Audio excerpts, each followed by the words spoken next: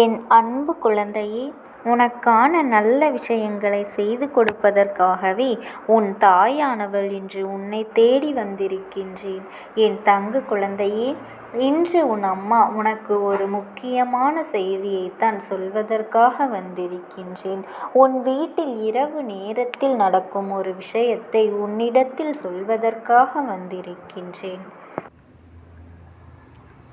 ஒவ்வொரு நாளும் உன்னை சந்தோஷமாக வாழ வைப்பேன் என்று சொன்ன நபர் இன்று உன்னிடத்திலே நீ இருந்தால் என்ன, இல்லாவிட்டால் என்ன, நீ அழுதால் என்ன, அழுகாவிட்டால் என்ன, நீ எல்லாம் எனக்கு முக்கியமே கிடையாது, நீ எல்லாம் எனக்கு ஒரு ஆளே கிடையாது என்று சொல்லிவிட்டு இப்பொழுது சென்று கொண்டு இருக்கின்றார்கள்.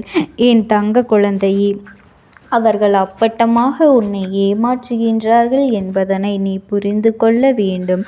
அவர்கள் சொல்வதையெல்லாம் கேட்டால் மிக பள்ளத்தில் உன்னை தள்ளிவிடப் போகின்றார்கள் என்பதுதான் உண்மை. அந்த இடத்தில் நீ பேராசைப்பட்டு கொஞ்சம் கூட சிந்திக்காமல் இதையெல்லாம் செய்தால் உன்னுடைய உடைமைகளை எல்லாம் இழந்து விடுவாய். உன்னுடைய பணத்தை நீ இழந்து விடுவாய், அல்லது உன்னுடைய உறவுகளை நீ இழப்பாய் என்பதனை நன்கு புரிந்து கொள்ள வேண்டும். இதையெல்லாம் உன் தாயானவள் உனக்கு நான் ஏற்கனவே சொல்லி இருக்கின்றேன்.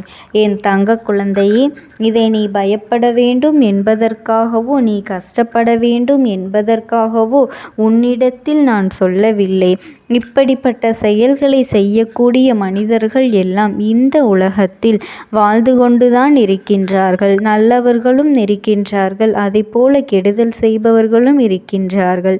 உலகத்தில் வாழ்ந்து கொண்டுதான் இருக்கின்றார்கள்.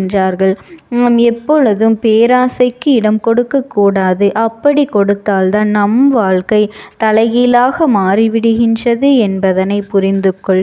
அதுபோல உன் உறவை சேர்த்து கட்டி வைக்க இந்த கயிறை வைத்துக்கொள். இந்த பூஜை செய்ததெல்லாம் உன்னுடைய நன்மைக்கு தான் என்றால் நீ ஒரு பொழுதும் எதையும் நம்பிவிடக் கூடாது. இது எல்லாம் உன்னுடைய வருங்காலத்தில் உனக்கு வரக்கூடிய விஷயங்களாக இருக்கின்றது. உன் அம்மா உன்னுடைய எதிர்காலத்தை கணித்து வைத்திருக்கின்றேன். உன்னுடைய எதிர்காலத்தில் என்னவெல்லாம் நடக்கப் போகின்றது என்று என்னால் மட்டுமே கணிக்க முடியும். அதனால்தான் நான் அதனை கணித்து உன்னிடத்தில் சொல்லிக் கொண்டிருக்கின்றேன். ஏனென்றால் நீ உன் உறவை பிரிந்து வாழ்கின்றாய் அல்லது மனஸ்தாபத்தில் இருக்கின்றாய். இந்த சமயத்தில் நம் உறவு இந்த சமயத்தில் உடனே நம்மை தேடி வந்துவிட வேண்டும், நம்மிடத்திலே பேசிவிட வேண்டும் என்று தேவையில்லாத விஷயங்களை எல்லாம் நீ செய்துவிடக் கூடாது. உன் உறவை நிச்சயமாக உன்னிடத்திலே நான் கொண்டு வந்து சேர்ப்பேன் என்பதனை நீ மறந்துவிடாதே. நீ நினைத்த உறவோடுதான் நான் சந்தோஷமாக வாழப் போகின்றேன். நீ சந்தோஷமாக இந்த அம்மா கொடுத்தே தீருவேன். விருப்பமில்லாத வாழ்க்கையை நான் ஒரு பொழுதும் என் அன்பு குழந்தைக்கு கொடுப்பதே இல்லை என்பதனை புரிந்து கொள். நாம் தேவையில்லாமல் குறுக்கு வழியில் சென்றால் அந்த பாதையானது மிகப்பெரிய தவறான பாதையாக மாறிவிடும். அதனால் கண்டிப்பாக இந்த அம்மா உனக்கு நல்ல பாதையை, சரியான பாதையைத்தான் காட்டுவேன் என்பதனை நீ மறந்துவிடாதே. உன்னுடைய உறவானது நிச்சயமாக திரும்பி வர வேண்டும். அவர்கள் ஆடாத ஆட்டமெல்லாம் ஆடிக்கொண்டிருக்கின்றார்கள். ஏனென்றால் அவர்கள் என்னோடு உறவோடு சேர்ந்து இருப்பது சிறிது காலம்தான். ஏனென்றால் அவர்கள் புதிய உறவின் குணங்கள் என்னவென்று தெரியாமல் அன்பாக பழகி கொண்டிருக்கின்றார்கள். நிச்சயமாக உன்னுடைய அருமை தெரிந்து அவர்கள் உன்னுடைய உறவுக்கே திரும்ப வருவார்கள் என்பதனை நீ மறந்து விடாதே. என் தங்க குழந்தையே, நீ எதை நினைத்தும் கவலைப்பட்டு கொண்டிருக்காதே. இந்த தாயானவளினுடைய அன்பும் ஆசீர்வாதங்களும் உனக்கு என்றென்றைக்குமே முழுமையாக கிடைத்து கொண்டேதான் இருக்கும். செய்த சூழ்ச்சியினை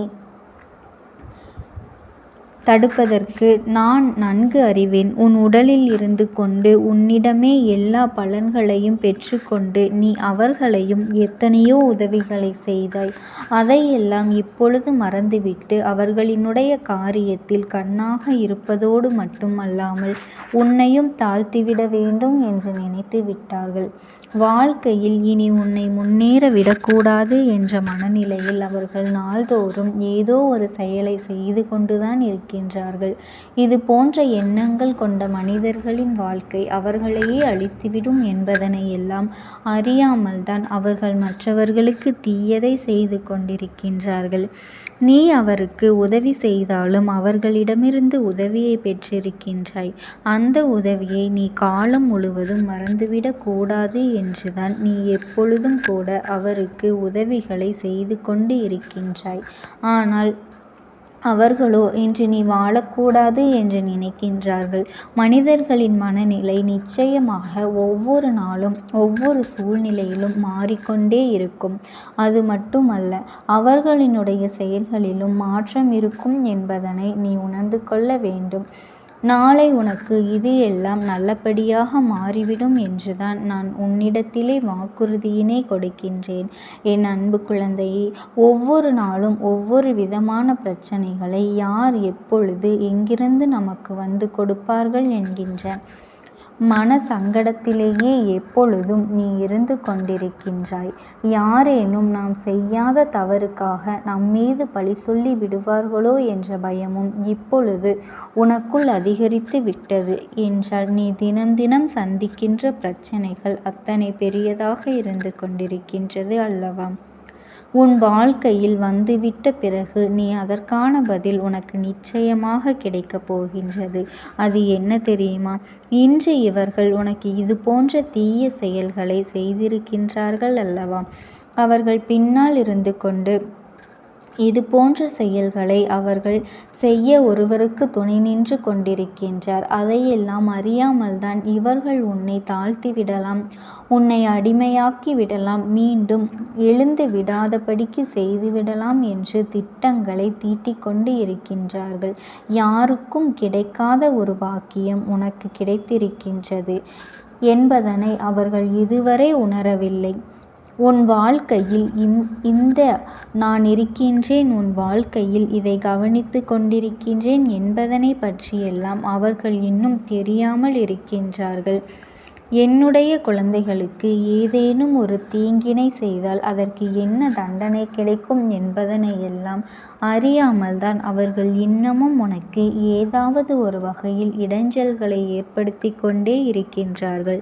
இப்பொழுது சில காலமாக அவர்களுக்கு அது எல்லாம் தட்டுப்பட ஆரம்பித்து விட்டது. ஏனென்றால் அவர்கள் வாழ்க்கையில் அடிக்கு மேல் அடி, பிரச்சனைக்கு மேல் பிரச்சனை, எதை தொட்டாலும் தோல்வி என்று சில நாட்களாகவே பல பிரச்சனைகள் ஏற்பட்டு கொண்டிருக்கின்றது. இதற்கு காரணம் என்னவாக இருக்கும் என்று அவர்கள் சிந்தித்து பார்த்த பொழுதுதான் அவர்கள் உணர்ந்து கொண்டார்கள்.